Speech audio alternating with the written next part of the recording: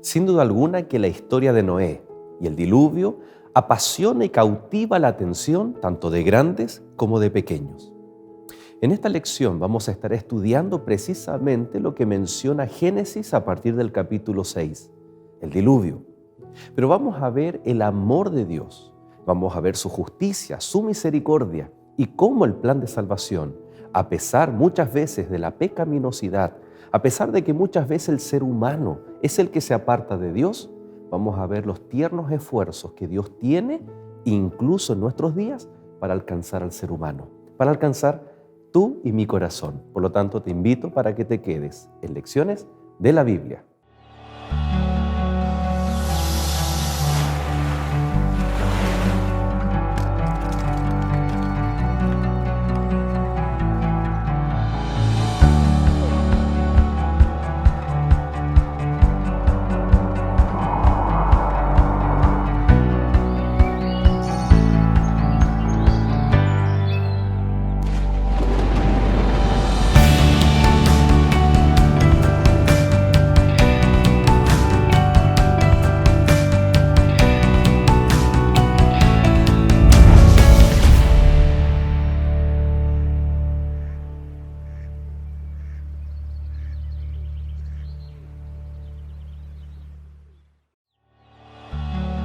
Esta semana, el diluvio.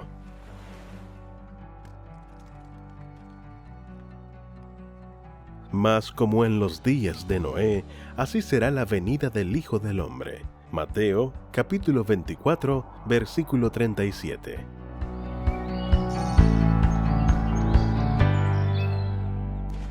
¿Cómo están, amigos? Un gusto poder saludarles y desear a cada uno de ustedes sean muy bienvenidos a Lecciones de la Biblia.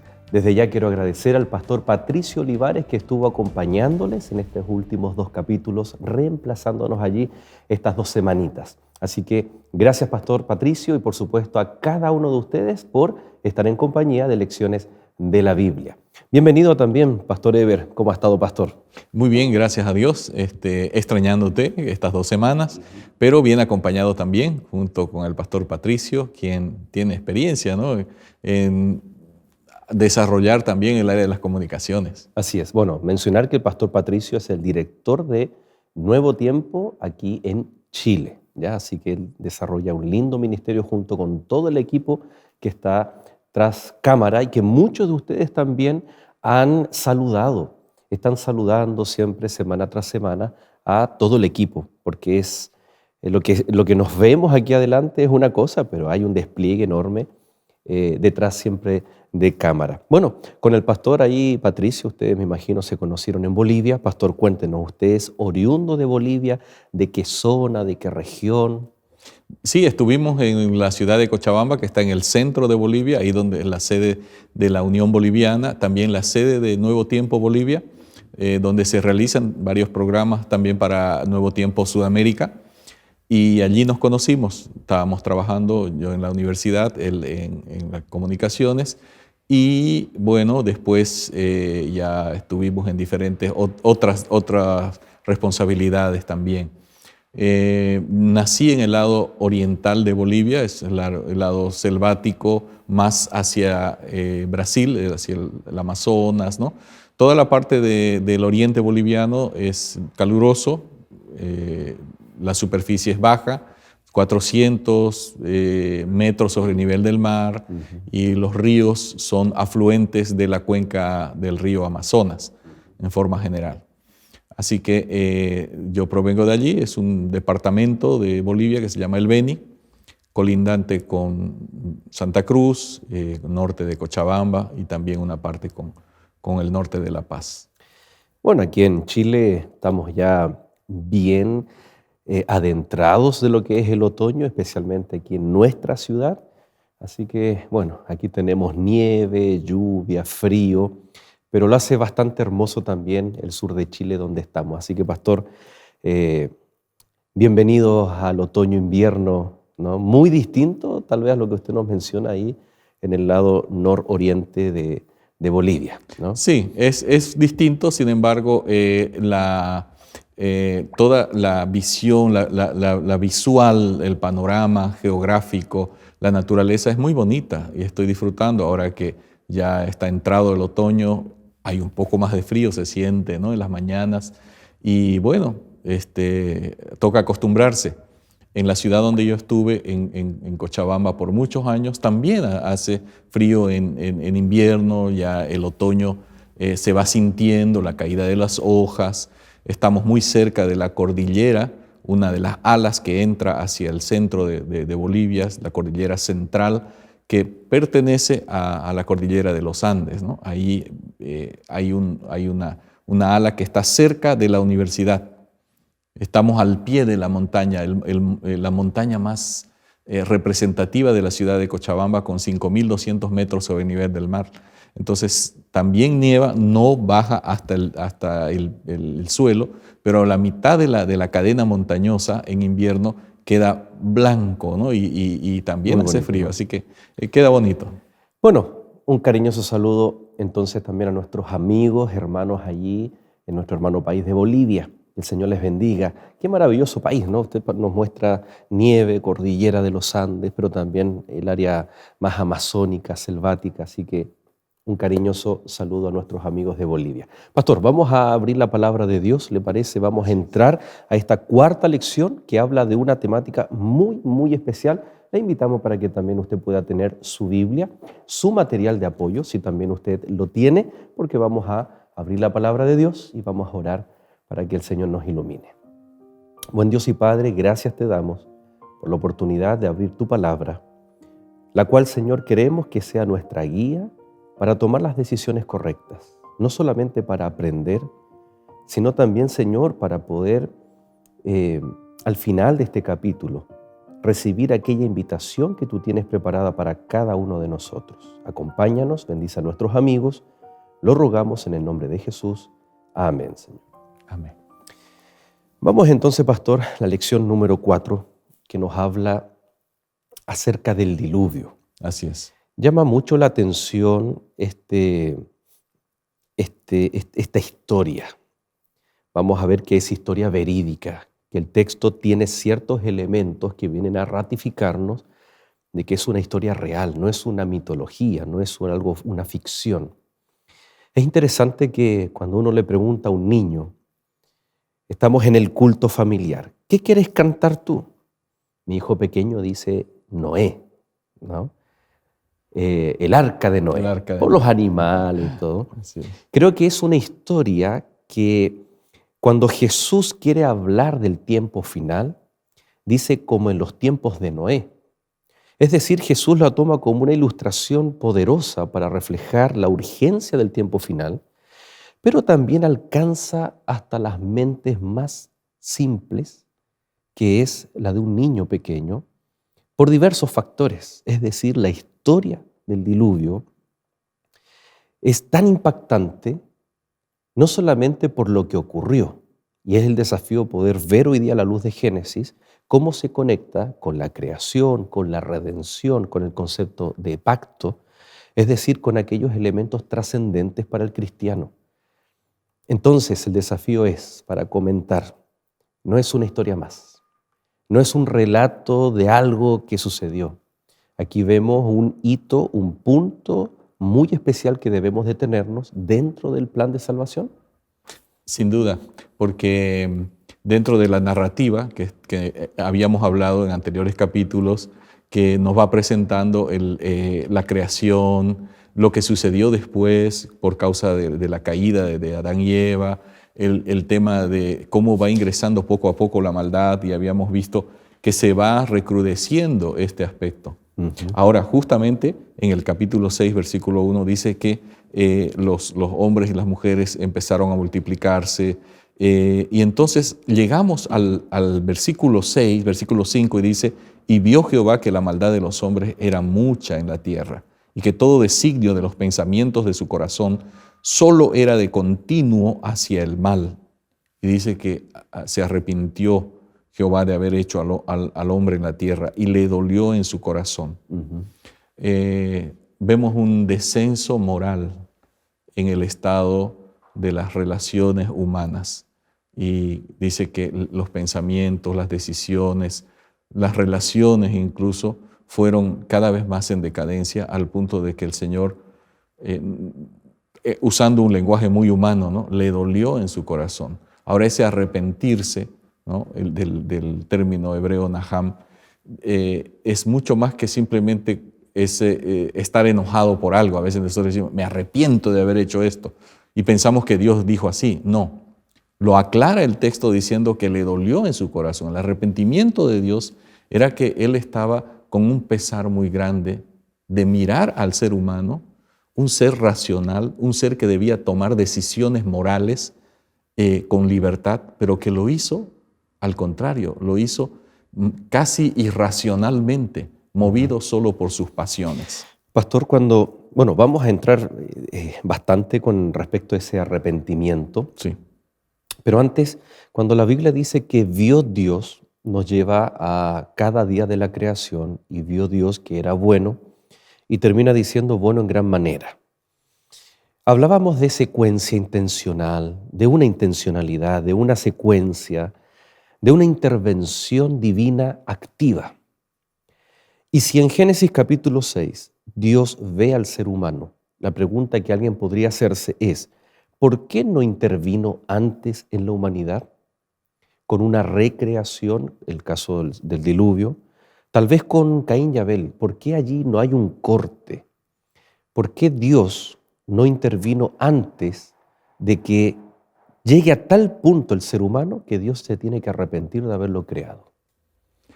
La respuesta a esto viene, Joel, y también a nuestros amigos que están a través de la Nuevo Tiempo.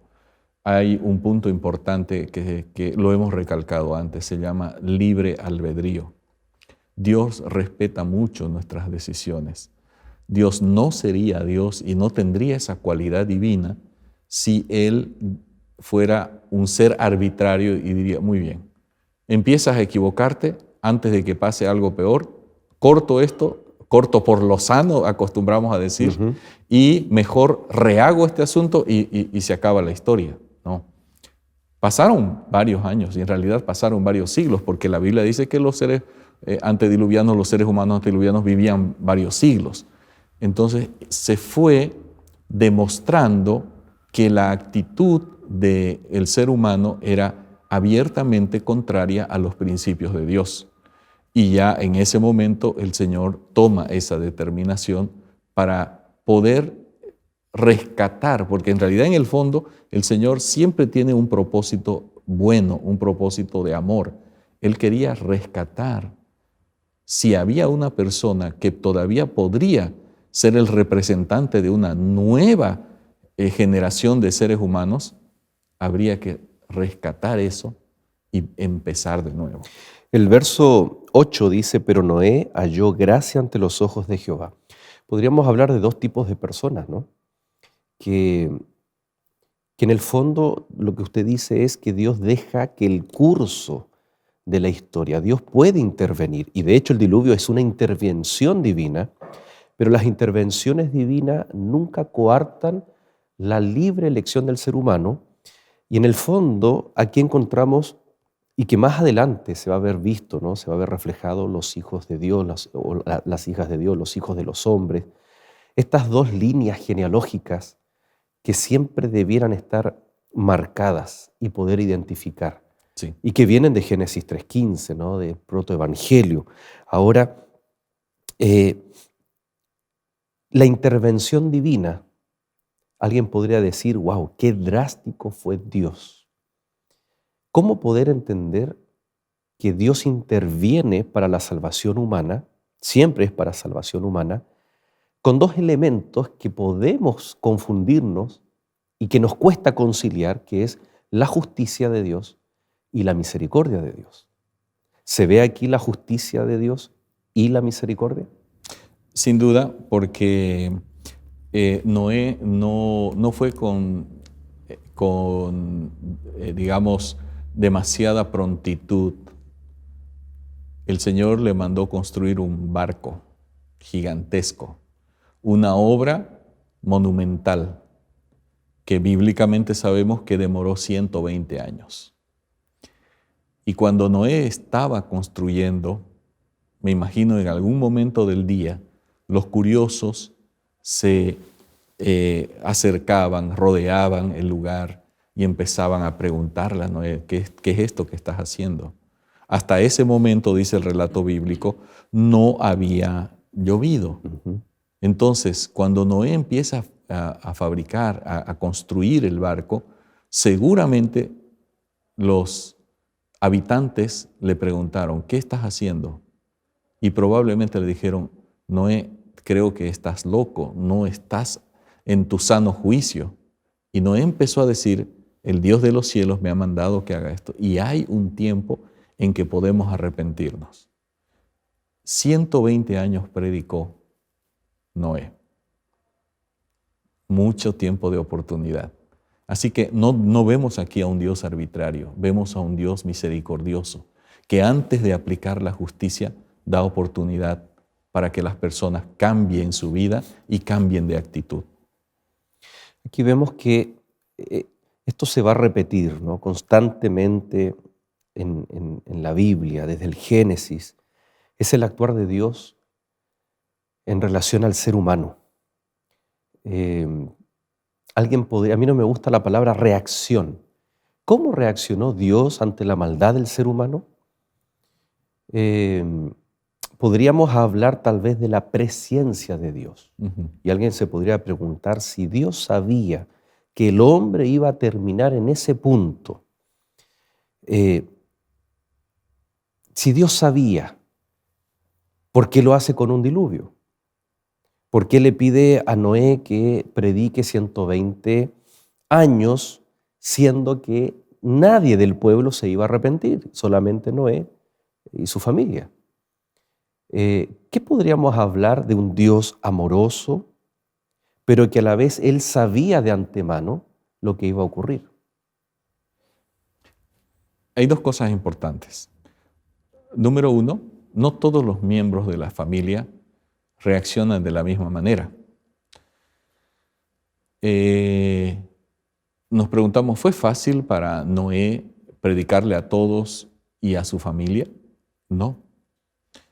Te pongo el ejemplo. Adán tuvo 2 hijos primero, Adán y Eva, y uno de ellos fue abiertamente contrario a los principios de Dios. Pero en este caso podríamos decir, vamos a ponerlo así, haciendo una especie de ilustración actual. Si un administrador de iglesia, un administrador eclesiástico que tiene que administrar varios lugares y varios pastores que trabajan en diferentes distritos, le ofrecieran a un hombre como Noé, diría, no, prefiero que no. Predicó tanto tiempo y no salvó a nadie. Pero otro, con otra perspectiva, diría, no, me parece valioso. Lo voy a colocar como mi director del área de familia. ¿Por qué? Porque salvó a toda su familia. A la respuesta de la predicación y el ejemplo de Noé, su esposa, sus 3 hijos y las esposas de sus hijos creyeron. Así que él, interesantemente, aunque no logró convencer a mucha gente, pero su familia lo acompañó. Cosa que en la actualidad se ve que incluso hay familias totalmente dispersas que no acompañan, digamos, al padre de familia. ¿Por qué? Tal vez por mal ejemplo, tal vez porque hay doble moral, por muchas razones. En este caso, Noé sí trabajó y consiguió un resultado, si lo vemos desde esa perspectiva. Y aún así, Dios, sabiendo de antemano el resultado de la predicación de Noé, lo anima, le da las instrucciones, porque Dios deseaba manifestar su gracia, ¿no?, durante esos 120 años. Así es. Y después a través del arca. Pero también algo iba a ocurrir durante esos 120 años con Noé. No era fácil, nunca había llovido. ¿Qué era aquello que Dios también buscaba en Noé? No solamente la salvación de las personas a través de la predicación durante 120 años, sino también en su propio siervo. Bueno, vamos a hacer un alto y con esta respuesta ya regresamos.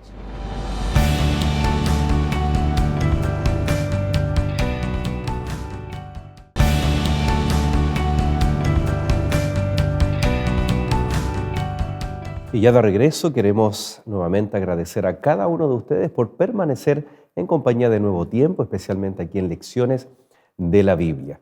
Dejamos la pregunta planteada, pastor. ¿Qué beneficio tuvo Noé al estar predicando? Alguien puede decir, oye, pero se burlaban de él. La gente le decía, estás loco. ¿Por qué él seguía? ¿Qué lo motivaba a obedecer? ¿Qué lo motivaba a afrontar muchas veces la burla? Y no era una tarea tan fácil o instantánea, 120 años construyendo, pero a la vez testificando y predicando.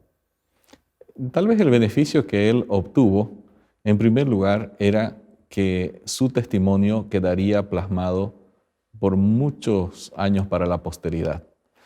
Miles de años después se diría que él fue pregonero de justicia, en primer lugar. En segundo lugar, en la evaluación que se escucha de Dios hacia Noé, dice que fue un varón justo.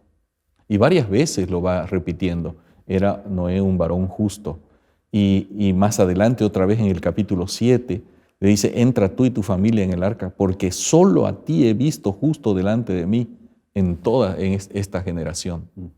Entonces, además de que él pasa a la posteridad como un hombre perseverante, también se lo recuerda porque fue un varón justo. Uno de los primeros entre toda la Biblia que se le llama varón justo. Y lo repite varias veces. Correcto, y en esa repetición hay una intencionalidad. Pastor, estaba pensando que hoy en día muchas personas pueden llegar a obedecer. Obedecen un horario de trabajo, obedecen a funciones asignadas, pero ¿qué diferencia trae al corazón humano cuando hay... Aquí nosotros en el caso de Noé vemos una obediencia absoluta. Sí. Si le podemos poner un adjetivo, es obediencia absoluta. Constante, sistemática, que se transforma sin duda alguna en un estilo de vida. Él no obedece solamente de forma puntual o un evento. Su vida termina siendo, después de 120 años, si uno lo multiplica por 365 días, claramente fue un hábito. Obediencia absoluta. Pero ¿qué rol juega y cuán importante y necesaria es la fe para que esta obediencia no sea meritoria? O que a nuestra mente diga, wow, yo hago esto, yo me merezco esto. Si yo soy el primero que llega, el último en irme, soy el que más produzco en mi trabajo, merezco que me aumenten el sueldo. Pero esa obediencia absoluta le falta algo. O sea, es meritoria. ¿Qué rol juega la fe en la vida de Noé y que se combina con la obediencia absoluta? Los hombres que son evaluados como justos en la Biblia, dice claramente que ellos también trabajan por medio de la fe. Lo explico así. Cuando Adán comienza a trabajar en este gran barco, nunca había llovido. Cuando termina el barco, no había ni visos de que iba a llover. Cuando Dios le dice a Noé, entra tú y tu familia en el arca, no había nada de lluvia. Todas esas acciones que hizo Noé fueron por la fe. Y hasta entrar en el arca con toda su familia y con los animales, y todavía no había caído una gota de lluvia, pero él confiaba en que si Dios lo decía, efectivamente lo iba a cumplir. Y otra vez vemos que primero viene la fe y entonces viene la obediencia. Puede haber en la vida del cristiano, en la iglesia, personas que obedecen pero que no tienen fe. ¿Y cuál es el riesgo de aquello? Es una muy buena pregunta y diría que es más común que lo que pensamos. En el pueblo de Israel, la costumbre era obedecer sin tener fe o sin tener amor. En forma general, no todos, pero la gran mayoría. Los profetas del Antiguo Testamento denunciaron constantemente las formas rituales en las que se había convertido la religión judía. Y constantemente iban diciendo, misericordia quiero y no sacrificios. Aborrezco todos los carneros y la sangre derramada, dijo Dios por medio de sus profetas. Pasa el tiempo, viene el periodo de Jesús, habían grupos religiosos, unos más conservadores, otros más liberales, y los más conservadores, fariseos, la misma raíz de la palabra significa separados, eran los que se consideraban a sí mismos más santos.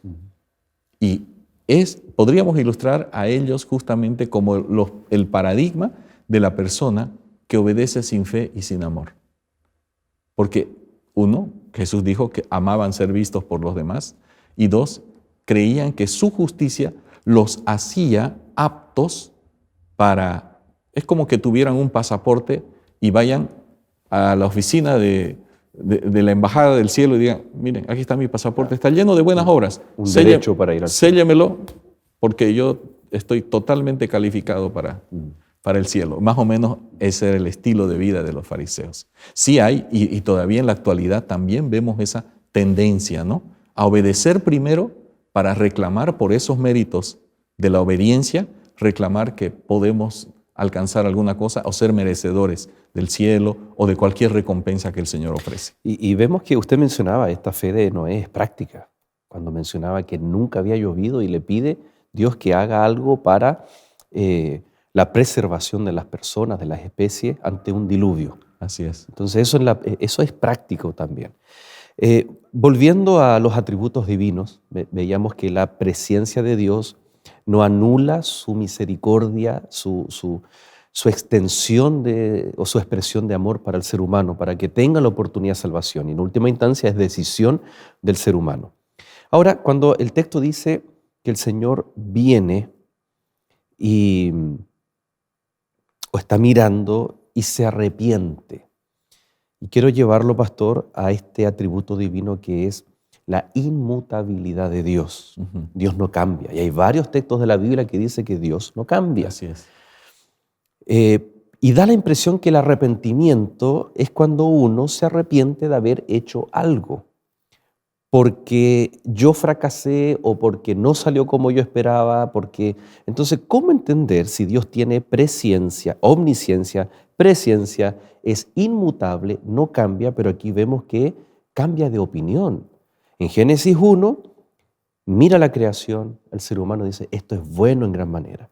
Y en Génesis 6 dice, me arrepiento de haberlos creado. Sí. En realidad, la evaluación tal vez no cambia tanto digamos, en el sentido de querer que nunca haya sucedido eso. Él no se arrepiente de haber hecho al ser humano, sino que realiza una evaluación. Y me gustó cuando tú dijiste, él vio al principio y era bueno, y cuando termina todo era bueno en gran manera. Ahora Dios ve y ve el elemento de maldad, que en hebreo es ra, y es una palabrita corta, pero muy contundente, y digamos, tiene un profundo significado. Es una maldad definida, es una maldad direccionada, si se quiere decir así. Entonces, Dios dice, ¿cómo, por causa de su libertad, estos seres humanos han llegado a esto? Entonces, por amor, Él dice, voy a preservar un grupo que todavía tiene ciertos atributos de bondad. Era Noé y su familia. Y entonces, si Él hubiera sido realmente como el ser humano, hubiera dicho, no, deshago todo, incluyendo a aquel que todavía tiene algo de bondad, y voy a ver si me animo a hacer en algún otro rincón del universo a otro ser, no me voy a arriesgar, o lo voy a programar mejor.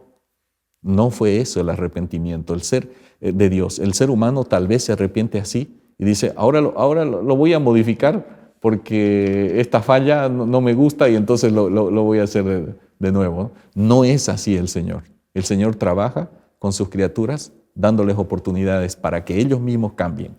Y Jesús usa esta ilustración para decir, tengan cuidado, en el tiempo del fin va a ser como en los días de Noé. Y hay un elemento, porque habían personas que creían en Dios. Habían personas que incluso, dice Elena de White, que creyeron al mensaje de Noé, pero después, a través del tiempo, fueron llevados por la masa, ¿no? Por todo lo que la gente decía y creía. Sin duda alguna, lo que usted menciona es cierto, ¿no? La decadencia moral era impactante, ¿no? Ejemplos Sodoma y Gomorra, que después se levanta, bueno. Pero me llama la atención cómo Jesús lo dice, algunos se daban en matrimonio, en casamiento, comían y bebían y se daban en casamiento. Y alguien puede preguntar, ¿pero eso es malo hoy en día? ¿El casarse es malo hoy en día? ¿El tener una celebración en familia, con los amigos, es malo hoy en día? El tema es, más que la acción, más que la situación, más bien dicho, es cuando estas cosas cotidianas o propias del ser humano ocupan y reemplazan el lugar que Dios tiene en nuestra vida y por ende perdemos nuestra salvación. Por ejemplo, un proyecto de vida, me voy a casar, pero cuando desplazo a Dios de ese proyecto de vida, del casamiento, formar un hogar, comprar una casa, y tan propio del ser humano, de todos nosotros, pero Dios no está presente en aquello, entonces yo estoy siendo autosuficiente, estoy dejando a Dios, mi fe no está creciendo, es más, capaz que ni tenga fe, y como la salvación es por fe, entonces no estoy siendo salvo. Lo mismo cuando dice comían y bebían. Cuando el foco de atención está puesto en satisfacer mis propias necesidades, en satisfacerme a mí mismo, mis placeres, entonces estoy muy lejos de la salvación que por fe el Señor me está brindando. Por un lado está la decadencia moral que nosotros vemos a nuestro alrededor, pero cuidado, que los tiempos de Noé también señalan al pueblo de Dios. ¿Cómo nosotros podemos desplazar a Dios de nuestra vida con cosas que aparentemente pueden llegar a ser inofensivas? Sí, quiero acotar, esa es, digamos, una aplicación muy buena. Solamente brevemente quiero decir respecto a eso, que Dios siempre espera una respuesta del ser humano. Dios no obliga a nadie, no es un Dios que te va a presionar al punto de que no puedes hacer nada más. La concentración de todos los pensamientos de los antediluvianos era solo de continuo al mal. Y no les importaba las cosas espirituales. En ese sentido es que Jesús dice, en los tiempos finales también va a suceder eso. Así es. No está mal casarse. El problema es que las personas, por ejemplo, solo por dar un ejemplo práctico, hay personas que ahorran y piden incluso ayuda a familiares para tener la boda del siglo. Mucha gente quiere tener una gran boda. El problema de eso es que después de la boda viene el matrimonio. Y hay que vivir en matrimonio. Y hay gente que se gasta miles de millones de pesos o dólares o la moneda de cada país que va a durar solo unos meses, en algunos casos un par de semanas. Y esa concentración fue equivocada, porque había que prestarle concentración a lo que viene después y que tiene que ver con tus principios, tus valores, la forma de vida, lo que vas a enseñar a tus hijos y todo eso, ¿no? ¿Qué es más importante? ¿Casarse o permanecer casado? Claro. El otro día estaba con unas personas, unos amigos colombianos, ¿no? Me preguntaban, ¿ustedes los chilenos no celebran a sus hijos los 15 años, a las niñas, a las señoritas, los 15 años? ¿Qué es eso?, le decía. Y que no llegue esa tradición a Chile, ¿no? Porque y ahí me mostraban cómo, bueno, en México es muy fuerte también. En Bolivia también. En Bolivia, Brasil, Sí. En Colombia.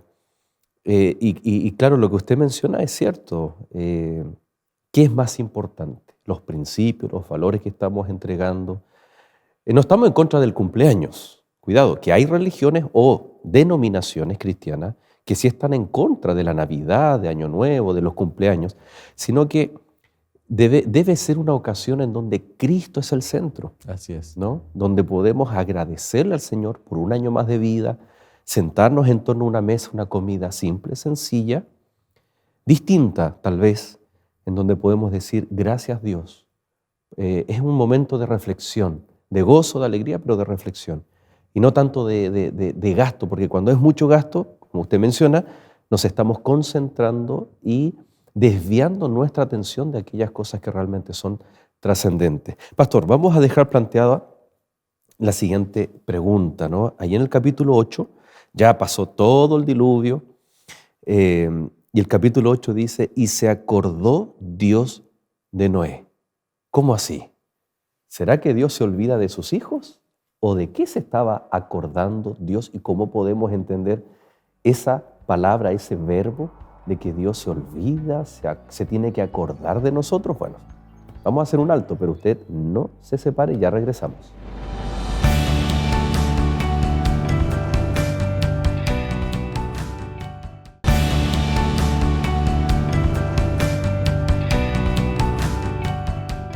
¿Relacionas el Apocalipsis con muerte, calamidad y destrucción?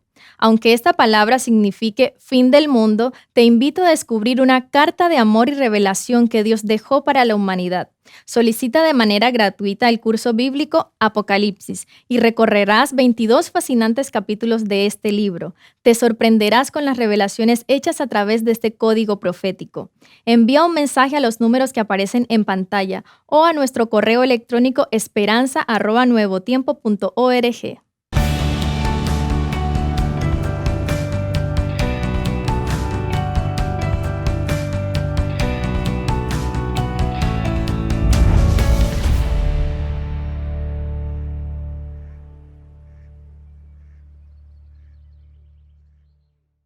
Y bueno, en este alto usted pudo ver los lindos materiales que fueron promocionados de nuestra escuela bíblica, donde podrá usted solicitarlo de forma completamente gratuita. Así que póngase en contacto para aprender más de la palabra de Dios.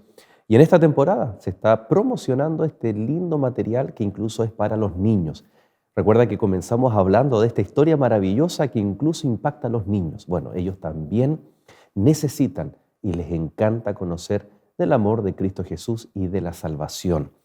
Así que, querido pastor, esta historia nos deja enseñanzas muy profundas que hasta los niños son capaces de...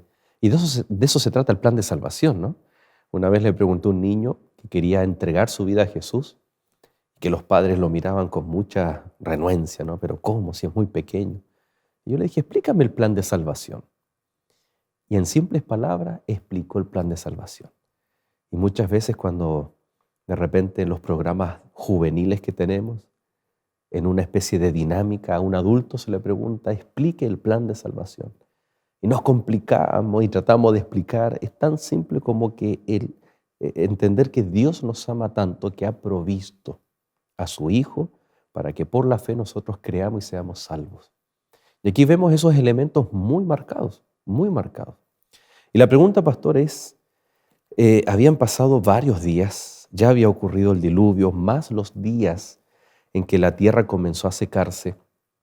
Y de pronto, dice el texto, capítulo 8, verso 1, y se acordó Dios de Noé y de todos los animales y de todas las bestias que estaban con él en el arca, e hizo pasar Dios un viento sobre la tierra y disminuyeron las aguas. Hay que tener cuidado con leer este texto, ¿no? Si lo leemos así, tal cual como dice en español, da la idea como cuando dejamos una olla puesta en la cocina y de pronto nos acordamos por el olor y en nuestra mente y vamos corriendo a la cocina y tratamos de salvar. ¿Es eso lo que está pasando aquí con Dios? ¿Que se olvidó de la humanidad o de Noé con sus familias, los animales y de pronto se acuerda? La narrativa, la forma hebrea de narrar es siempre... persigue una intención. El término que usa aquí en hebreo es zakar o zahar, que es la acción de Dios de intervenir a favor de alguien de manera activa. Ese recordar de Dios es el momento cuando Dios define, en este punto voy a intervenir de manera activa, es lo que está diciendo aquí el texto, ¿no? Entonces, es el momento de actuar a favor de. Entonces, siempre no hay tanto pensamiento abstracto, sino es un pensamiento dinámico. La acción de Dios. el verbo, ¿no? Recordó, es que está diciendo, este es el momento cuando el Señor interviene activamente y de manera colectiva, porque no solamente personal, y no solamente por los seres humanos, dice también que se acordó de los animales. De los animales. Siempre tiene preocupación por toda su creación. A lo largo de la historia, en varias partes de la Biblia, nosotros en Génesis 19, 29, en Génesis 30, 22, Éxodo 2, 24, se acordó el Señor. Varias veces utiliza la palabra, se acordó el Señor. No es que se olvide, no es que sufra de amnesia. Es el momento cuando Él interviene para actuar en favor de su pueblo, en favor de un individuo o incluso en este caso también de los animales. Cuando uno va en la autopista, por mucha ayuda que uno tenga de los GPS, todo esto moderno, no hay como los letreros, ¿no? Los letreros, incluso aquí en Santiago, el letrero es azul en las autopistas urbanas. Y cuando está a punto de llegar la salida, cambia a verde. Este acordarse de Dios, o podríamos mencionar que el plan de salvación es como una gran autopista. Y estos acordarse de Dios son los letreros que van señalando cómo Dios va actuando en la historia del ser humano. Es más, claro, porque acordarse en español llama a espontaneidad, improvisación, me olvidé, ¿qué hago ahora? Pero fíjese, por ejemplo, en el capítulo 6, en el verso 18, que antes del diluvio, el Señor dice, estableceré mi pacto contigo y entrarás en el arca tú, tus hijos y las mujeres de tus hijos contigo. Y luego habla también en el 19 de los animales, como usted bien señalaba. Por lo tanto, este acordarse, como usted menciona, era algo ya el Señor tenía definido, y cuando llega la hora del cumplimiento de aquello que es definido, el Señor actúa de forma activa, valga la redundancia. Así es. Interviene de forma activa. Interviene de forma activa, pero no es, cuidado ahí, no es que hay una falencia en la mente o en el corazón de Dios que se olvida. Justo, y voy a utilizar, digamos, justamente, valga la redundancia, algo que mencionaste en este momento. Mencionaste el pacto. Antes de ingresar al arca, les dice, yo voy a hacer un pacto, voy a establecer un pacto contigo y con tu familia. Cuando salen del arca, el Señor ya lo tenía planificado. Ahora, muy bien, vamos a hacer un pacto. Dice el versículo 19, ¿no? Salió pues Noé, estoy volviendo otra vez al capítulo 8, ¿no? Con sus hijos, con su mujer, las mujeres de sus hijos, todos los animales. Dice, salieron del arca. Y entonces Noé edificó un altar a Jehová. Y ahí viene el pacto. Correcto. Y el pacto tuvo una señal fabulosa, una aprobación de Dios, un arco que se ve en las nubes, especialmente en época de lluvia. El arco iris. El arco iris. Así es. Pastor, el verso 20 que usted cita dice, edificó Noé un altar a Jehová. Aquí vemos que Noé está adorando.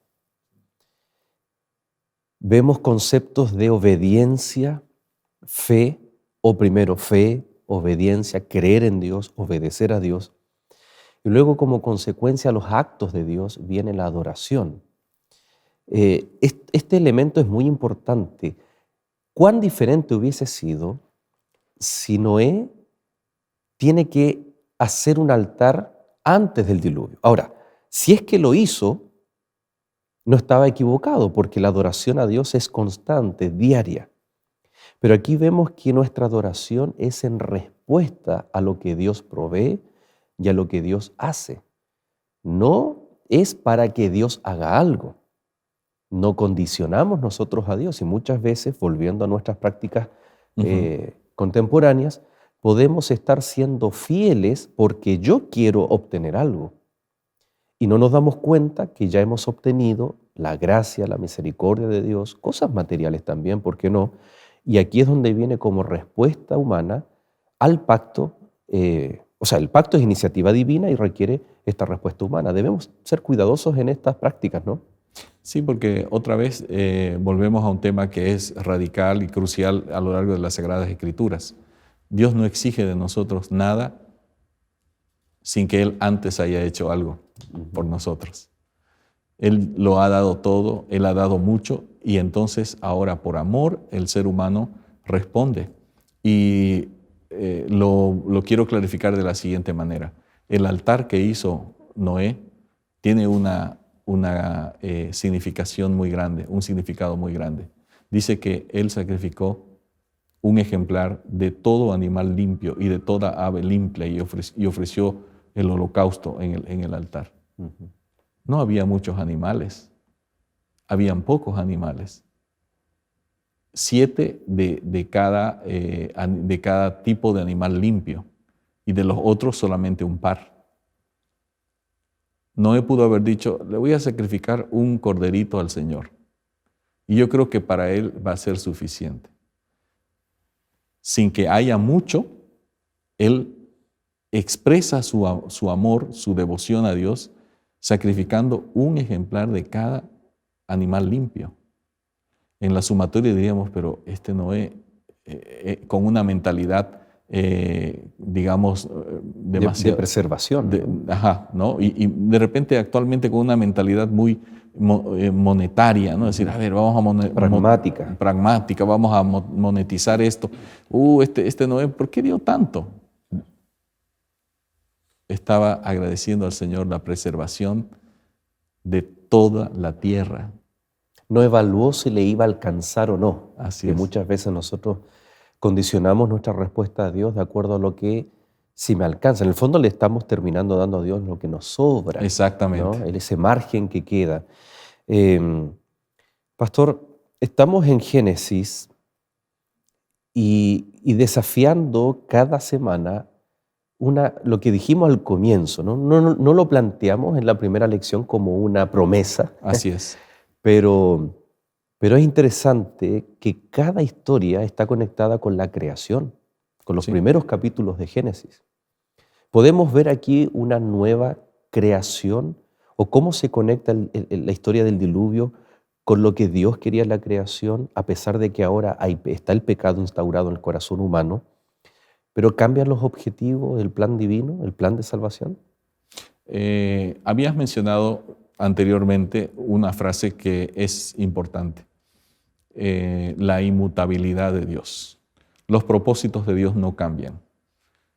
El Señor quería un grupo de personas capaces de conocerlo, de buscarlo, de apreciar la naturaleza de Dios, de buscar su compañía de manera libre y voluntaria, y eso continuó siendo el propósito de Dios después de reorganizar la vida después del diluvio.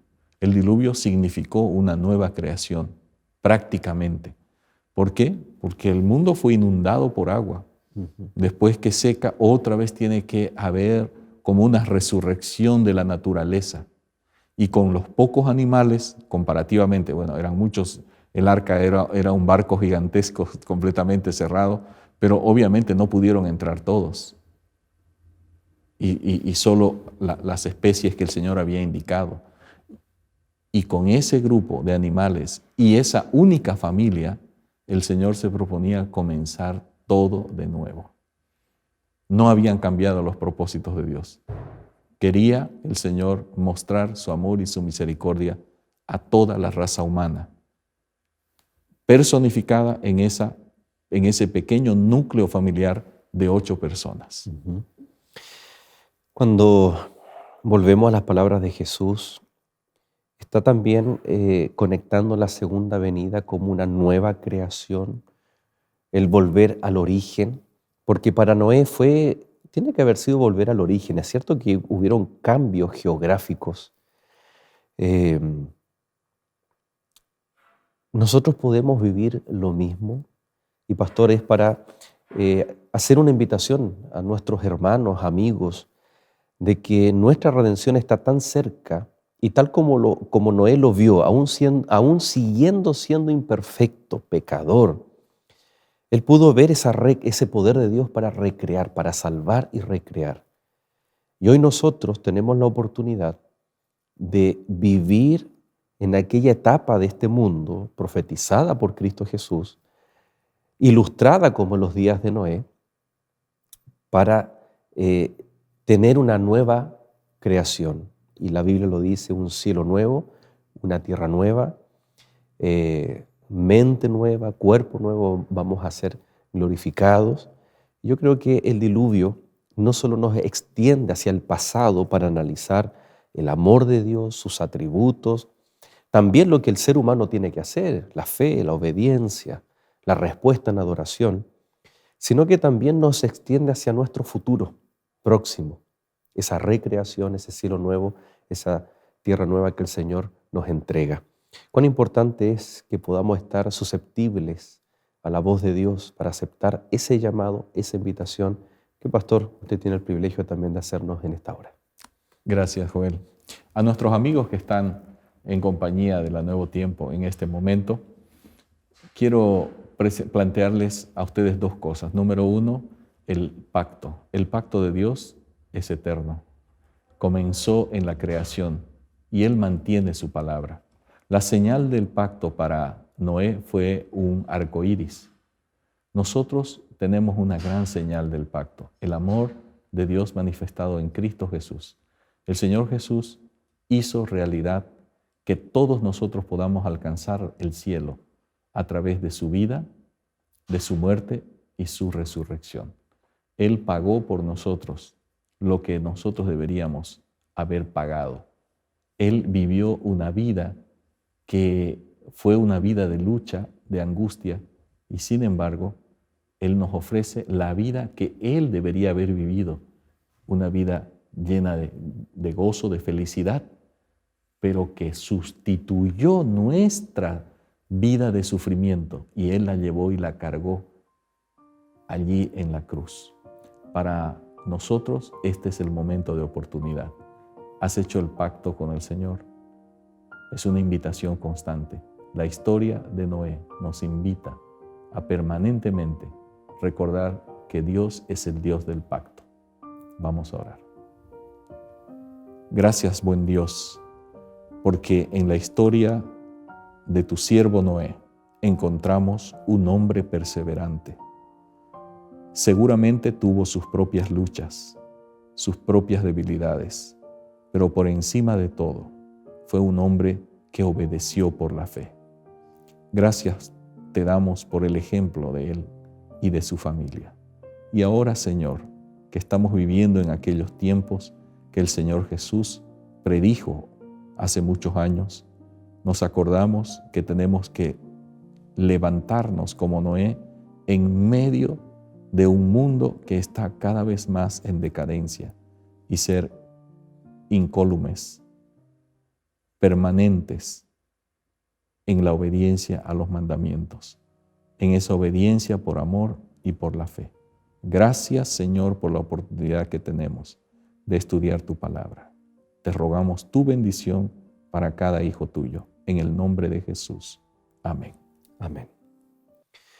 Muchas gracias, pastor, por habernos acompañado en este capítulo. Nos reencontramos la próxima semana, el próximo capítulo. ¿Qué le parece?